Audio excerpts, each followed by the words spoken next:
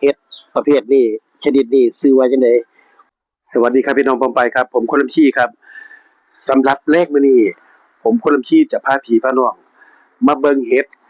เกิดอยู่หน้าโรงรถบ้านคนลำชีพี่น้องว่าจะเป็นเห็ดหยังเห็ดชนิดนี้กินได้หรือบ่กินได้ไปพี่น้องไปเบิ่งกันเลยครับไปครับพี่น้องครับผมคนลำชีครับขณะนี้ผมคนลำชียืนอยู่ในเจ้าของหน้าโรงรถอยู่ข้างบ้านพอดีคนลำชีมาเก็บผ้านี่ว่าจะมาเก็บผ้าที่ซักไว้มื้อเช้านี่แหละครับพี่น้องพอดีฝนตกก็เลยย้ายจากหม้องอันที่ตากผ้านี่พี่น้องข้างบ้านนี่ก็เลยไปเก็บไว้อยู่ข้างโรงรถบัดนี้คนลำชีจะพา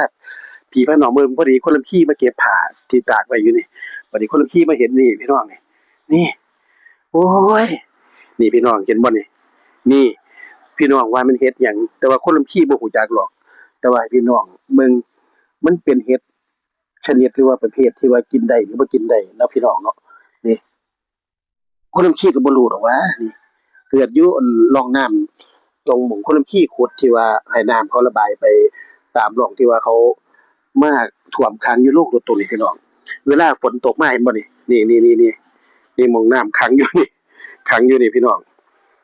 บัดนี้เวลาน้ำขังมาคนลำขี้กันเลยมาขุดคลองตรงนี้ตามที่พี่น้องเห็นอยู่คลิปหลายเดือนแล้วล่ะ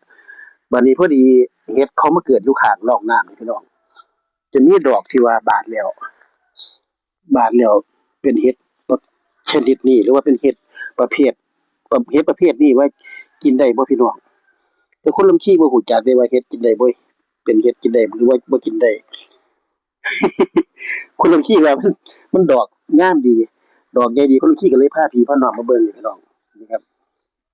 อันนี้ดอกนี่ที่ว่าน้องช้างน้อยแล่นว่าวเมื่อกี้มาเหยียบนี่ดอกนี่กำลังเป็นดอกตูมอยู่นี่บ่รู้ว่าจะเป็นเห็ดหยังคนลำขี้บ่ฮู้แล้วก็เป็นอีกอย่างหนึ่งว่าคนลำขี้บ่สันทัดในเรื่องของเห็ดพวกไอ้ของป่าจั่งซี้แต่ว่าถ้าเป็นเห็ดบริโภคหรือว่ากินได้บ่น่าจะเป็นจังซี่เนาะพี่น้องเนาะ พี่น้องป้องปรายฮู้บ่ที่ว่าพี่น้องเคยเก็บเห็ดเก็บหยังนั่นนะถ้ารู้ก็บอกคนลำชีแหน่เด้อคนลำชีบ่ฮู้แต่ว่าก็บ่กล้าเก็บหรอกพี่น้องบ่กล้าเก็บบ่กล้าสัมผัสบ่กล้าบายดอกเพราะว่าบางครั้งบางทีมันจะมีเห็ดพวกที่ว่าเป็นเห็ดเบื่อเนาะเห็ดที่ว่าเขามีสารที่ว่าสปอร์หรือว่าพวกสารเขาเป็นเห็ดเบื่อจังซี้เนาะเห็ดมีพิษที่ประเภทนี้ล่ะเนาะพี่น้องเนาะนี่ขึ้นอยู่ตรงนี้นี่ครับนี่1ดอก2ดอก 3ดอก4ดอก5ดอก6ดอกมีทั้งหมด6ดอกพี่น้องนี่แต่คงจะบ่เป็นเห็ดกินได้มั้งหรือจังได๋คนลำขี้บ่รู้เนาะสำหรับแรงมื้อนี้